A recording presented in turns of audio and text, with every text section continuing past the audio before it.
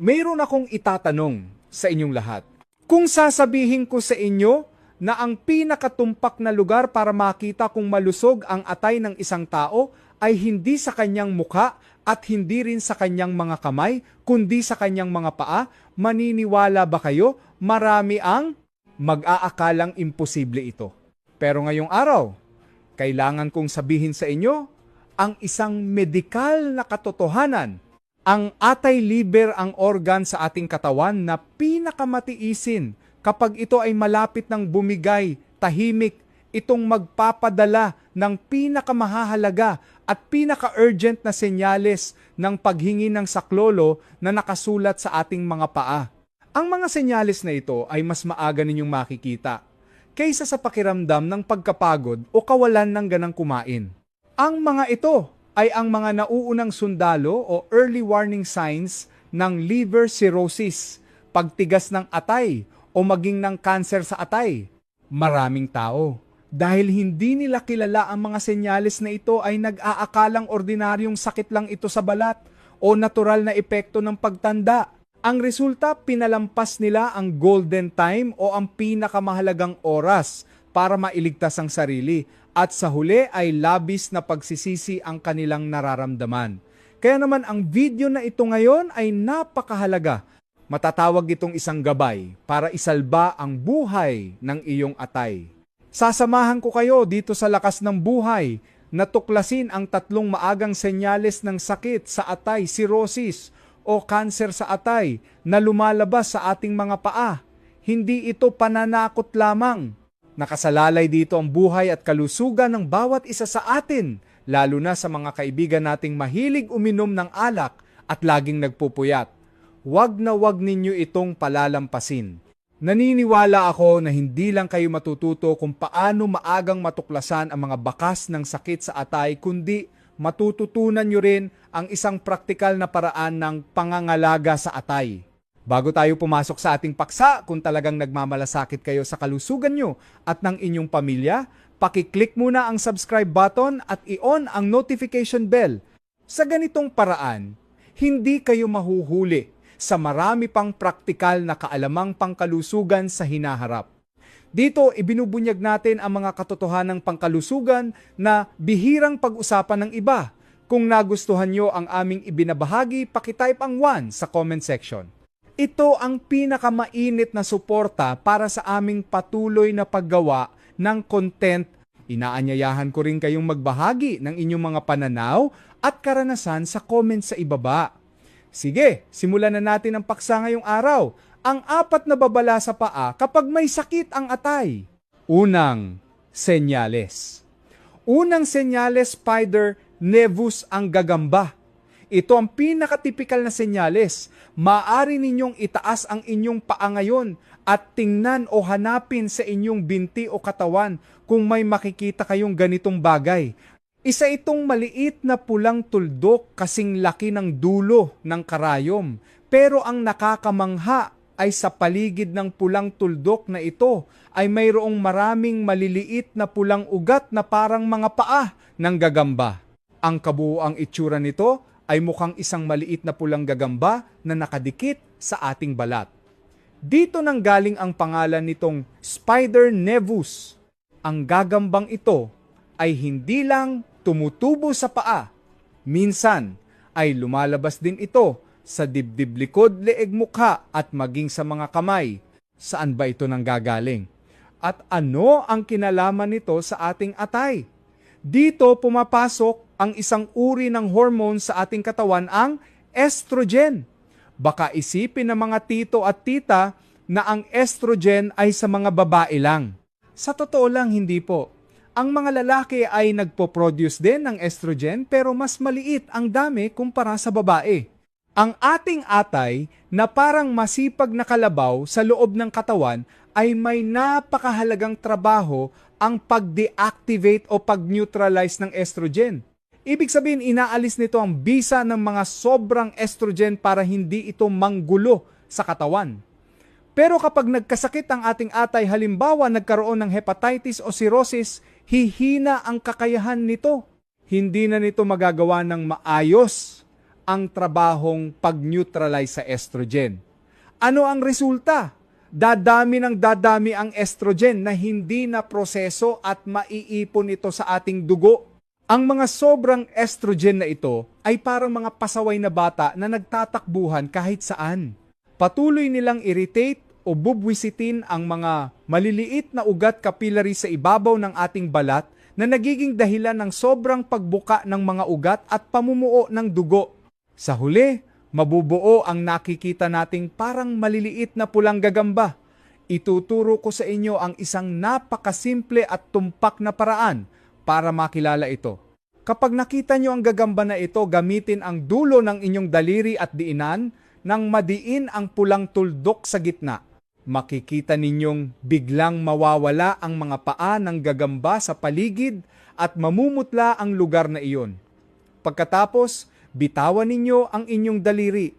Pagkalipas ng 1 o 2 segundo, mabilis na babalik ang dugo at babalik ito sa itsurang pulang gagamba.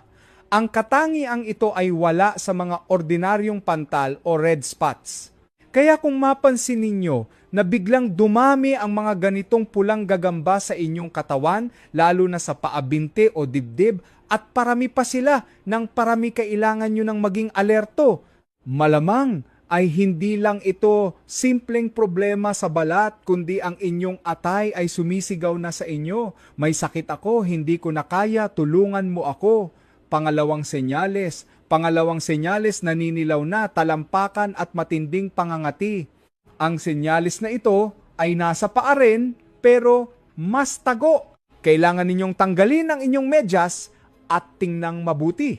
Ito ay ang pagkulay dilaw ng balat sa paa, lalo na sa talampakan na posibleng sinasabayan ng isang klase ng pangangati na nakakabalisa. Ang malusog na talampakan dahil sa magandang sirkulasyon ng dugo ay dapat maputi na may halong malusog na kulay pink. Pero kung ang talampakan nyo ay mukhang pinahiran ng wax sa sobrang dilaw at nawala ng kulay ng dugo, mag-ingat na kayo. Posibleng jaundice paninilaw na ito na tahimik na dumapo sa inyo. Ang salitang jaundice o paninilaw ay maaaring narinig na ng mga nakatatanda. Ang relasyon nito sa sakit sa atay ay parang magkapatid. Bibigyan ko kayo ng halimbawa. Ang ating atay ay parang isang higanteng sewage treatment plant o taga-proseso ng dumi sa katawan. Sa ating dugo may basurang tinatawag na bilirubin. Ito ay ang madilaw na dumi na nanggagaling sa mga lumang red blood cells na nasira na. Ang malusog na atay ay kukunin ang mga bilirubin na ito mula sa dugo at ilalabas sa pamamagitan ng apdo-bile papunta sa bituka para mailabas sa katawan.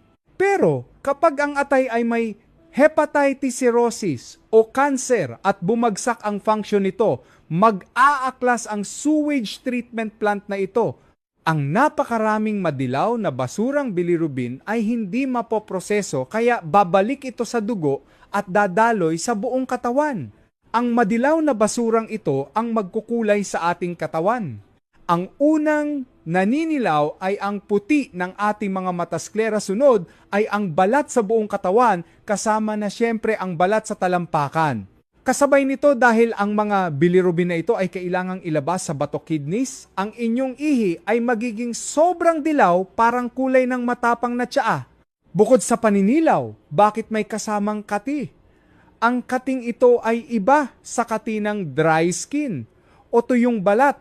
Ang pangangati na dulot ng sakit sa atay ay nanggagaling sa ilalim ng balat, isang tuloy-tuloy at matinding kati na kahit anong kamot ay mahirap guminhawa. Ito ay dahil ang mataas na konsentrasyon ng bilirubin at bile salt sa dugo ay patuloy na ini-irritate ang mga sensory nerves sa ating balat. Para bang may libu-libong di nakikitang karayom ang tumutusok sa inyo, kaya nakakaramdam kayo ng abnormal na pangangati. Kaya kung mapansin ninyong biglang nanilaw ang inyong talampakan ng walang dahilan, kasabay ng hindi matis na pangangati ng katawan, paninilaw ng mata at ihi na parang tsaa, kapag nagsama-sama ang mga sintomas na ito, isa itong napakalinaw na senyales. Huwag isiping sakit sa balat lang ito o init sa katawan. malaki ang posibilidad na nag-a-alarm na ang inyong atay na may seryosong problema sa pag-metabolize ng bilirubin. Sa puntong ito, mariin kong iminumungkahi na pumunta agad sa ospital para magpa-check ng liver function test at ultrasound ng atay para maalis ang duda sa sakit sa atay at apdo. Pangatlong senyales manas sa paa edema. Ano ba ang manas o edema? Sa madaling salita, ito yung pamamaga ng inyong bukong-bukong angkel o binti na parang umalsang tinapay o monay. Maaring mapansin nyo na maayos pa ito sa umaga pagkagising, pero pagdating ng hapon o gabi, namamaga na ang paa. Ang dating kasya na sapatos ay masikip na, o kaya kapag diniinan, nag-iiwan ng malalim na marka ang medyas sa bukong-bukong na matagal bago mawala. Ano ang dahilan ng manas na ito? Ang relasyon nito sa atay ay nagmumula sa isang napakahalagang protina sa ating katawan na tinatawag na albumin. Ang albumin ay ginagawa ng malusog na atay sa ating mga ugat. Gumaganap ito bilang isang espongha, sponge. Ang pangunahing trabaho nito ay panatilihin ang osmotic pressure sa dugo. Ibig sabihin parang espongha na sumisipsip ng tubig para manatili ang tubig sa loob ng ugat at hindi tumagas palabas. Kapag ang ating atay ay may malalang sakit tulad ng matagalang cirrhosis o cancer at humina na ng husto ang function nito, babagsak ang kakayahan nitong gumawa ng albumin. Kapag kulang na ang espongha sa dugo, hihina ang kakayahang humawak ng tubig. Ang tubig sa dugo ay tatagas palabas ng ugat na parang butas na tubo at pupunta sa mga tissue sa paligid. Bakit sa paa unang namamanas? Dahil sa gravity. Ang tumagas na tubig ay bababa at maiipon sa pinakamababang bahagi ng katawan, which is ang ating mga paa at bukong-bukong. Tuturuan ko kayo ng isang eksklusibong paraan para malaman kung manas nga ba ito. Tinatawag itong pitting edema. Gamitin ang inyong hinlalaki at diinan ng madiin ang namamagang paa o binti. Diinan ng mga 5 o 6 na segundo, tapos bitawan. Kung makita ninyong may naiwan na malinaw na lubog o hukay sa pinagdiinan nyo at matagal bago ito bumalik sa dati, iyan ay pitting edema. Ito ay tipikal na senyales ng manas, dulot ng kakulangan sa protina o albumin. Kapag lumabas na ito, madalas ay ipinapahiwatig nito na malala na ang pinsala sa atay, maaaring nasa stage na ng cirrhosis o may ascites tubig sa tiyan. Bukod sa 3 senyales na ito, sa paa kapag may problema ang atay, madalas ding kasama ang pagkawala ng gana, kumain, mabilis, mabusog o lumobo ang tiyan, laging pagod, madaling magkapasa o pagdurugo ng gilagid. Ito ay dahil ang atay din ang gumagawa ng clotting factors. Kapag sira ang atay, hihina ang kakayahan ng dugo na mamuo. Kaya mga kaibigan, kung mayroon kayo ng alinman sa mga sintomas na ito, sa paa o sabay-sabay na lumabas kasama ng ibang karamdaman, pakiusap, wag nyo nang patagalin. Magpa-check up agad sa ospital para sa kumpletong pagsusuri sa atay, pag-iwas at pagkain. Tapos na nating pag-usapan kung paano matutuklasan ang problema. Mas mahalaga ngayon, paano natin ito maiiwasan. Prevention is always better than cure. Ang ating bansa ay maituturing na may mataas na kaso ng sakit sa atay. Ayon sa datos, marami sa mga kaso ng liver cancer ay nadidiskubre kung kailan nasa huling stage na ito, middle to late stage. Ang epekto nito sa pamilya at sa pasyente ay napakasakit. Kaya para maging malusog ang atay, kailangan munang bantayan ang bibig. Narito ang 4 na pagkain na pumapatay sa atay. Pinapayuhan ko kayong layuan ang mga ito hanggat maaari. 1. Alak. Kahit anong uri ng alak, may kasabihan na okay lang uminom basta konti. Para sa Dr. Emilio Navarro at sa pananaw ng medisina, walang katotohanan ang okay lang basta konti. Para sa atay, bawat patak ng alak ay pinsala. Ang alcohol ay matagal nang idineklara ng World Health Organization bilang Class 1 carcinogen, nakaka-cancer ka level ng arsenic. Kapag pumasok ang alcohol sa katawan, 90% nito ay kailangang i-metabolize ng atay. Ang prosesong ito ay lumilikha ng acetaldehyde, isang nakalalasong kemikal. Direkta nitong sinisira ang mga liver cells. Ang matagalang pag-inom ay parang pagpilit sa atay na mag-overtime araw-araw habang binubugbog ng boss. Dadaan ito sa ganitong proseso: alcoholic fatty liver, alcoholic hepatitis, alcoholic cirrhosis, liver cancer. Ito ay daan na walang balikan. Kaya para sa inyong atay, ang pinakamagandang inumin ay tubig o tsaang malabnaw. 2. Matataba at mamantikang pagkain. Sa panahon ngayon, masarap ang buhay. Lechon crispy, patasisig at matatabang karne ang laging nasa hapagkainan. Masarap nga naman ang mga ito at putok-batok, pero habang nagpapakasarap kayo, ang inyong atay ay nana-freeze. Kapag bumaha ng taba sa katawan, hindi na ito kayang tunawin agad ng atay. Ano ang gagawin niya? Wala siyang choice kundi itambak ang taba sa sarili niya. Ang malulusog na liver cells ay masasakop ng makapal na mantika. Ito ang fatty liver. Marami ang nagpapagawa ng annual physical exam at nakikitang may fatty liver sila, pero binabaliwala kasi hindi naman masakit. Delikado po iyan. Ang simpleng fatty liver kapag lumala ay magiging pamamaga, inflammation at tutuloy din sa cirrhosis at liver cancer. Pareho lang ng destinasyon sa pag-inom ng alak. 3. Pagkaing inaamag, ito ay para sa mga nanay at tatay na mahilig magtipid. Alam ko na lumaki tayo sa paniniwalang masama ang magsayang ng pagkain. Kapag nakita nating may kaunting amag ang tinapay, manimais o kahit ang sangkalan ng ginagawa natin ay tinatanggal lang ang parteng may amag, hinuhugasan at kinakain pa rin ang natira. Ang ugaling ito ay pagtitipid na kapalit ang buhay. Ang mga amag na ito ay naglalaman ng aflatoxin. Ang lason nito ay 68 beses na mas matindi sa arsenic at isa sa pinakamalakas na sanhi ng cancer na natuklasan ng siyensya. At ang paborito nitong target, ang ating atay. Ang nakikita ninyong amag ay parang tip of the iceberg lang. Ang mga ugat ng lason ay kumalat na sa loob ng pagkain kahit hindi nakikita ng mata. Hindi nyo ito matatanggal ng hiwa lang.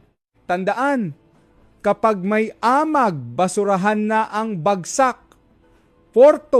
Hilaw na isda at mga lamang dagat, lalo na sa tabang na tubig.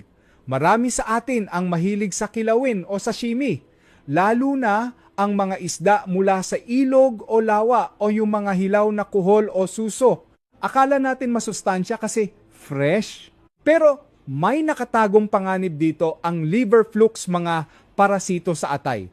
Ang mga itlog ng parasitong ito ay nagtatago sa laman ng mga isda at hipon sa tabang na tubig. Pagkakain nyo, maninirahan sila sa inyong bile duct, daanan ng apdo, at kaya nilang mabuhay doon ng ilang dekada. Doon sila kakain, dudumi at magpaparami na nagdudulot ng pamamaga at sugat sa bile duct. Kalaunan, magiging cholangitis, infection sa bile duct cirrhosis o bile duct cancer. Maraming pasyente ang huli na nalaman kung kailan naninilaw na sila at nilalagnat na may impeksyon pala sila ng parasito mula pa noong matagal na panahon. Kaya ang pinakaligtas na prinsipyo, siguraduhing lutong-luto ang inyong isda at hipon bago kainin. Kayang patayin ng mataas na temperatura ang mga parasito. Huwag isugal ang atay para lang sa sandaling sarap ng pagkain. Pagtatapos. Sige mga kaibigan, dito nagtatapos ang ating diskusyon sa lakas ng buhay. Bilang pagbubuod para madaling matandaan, napag-aralan natin ang 3 senyales sa paa ng sakit sa atay: spider nevus pantal na mukhang gagamba, paninilaw ng talampakan na may kasamang matinding kati, manas na kapag diniinan ay bumabaon, pitting edema, at Ang 4 na pagkaing dapat iwasan. Alak kahit isang patak, iwasan. Matatabang pagkain, pagkaing inaamag. Hilaw na isda, lamang dagat mula sa tabang na tubig, lutuin ng maigi. Ang ating katawan ay parang lumang makina na ilang dekada nang ginagamit. Kailangan nito ng masusing pag-aalaga at pakikinig. Huwag nating isisi sa pagtanda ang bawat nararamdaman. Ang pagtanda ay hindi kasing kahulugan ng pagkakasakit.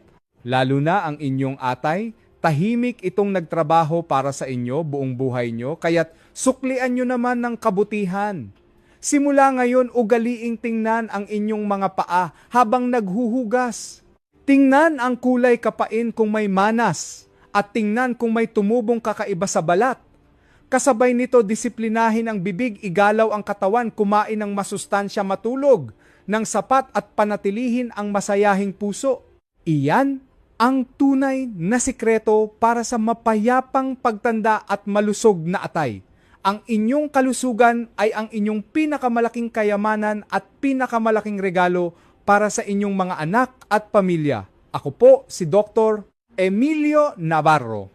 Kung nakatulong ang video na ito, huwag kalimutang i-like at i-share sa inyong pamilya at mga kaibigan para mas marami pa ang matutong pangalagaan ang kanilang atay.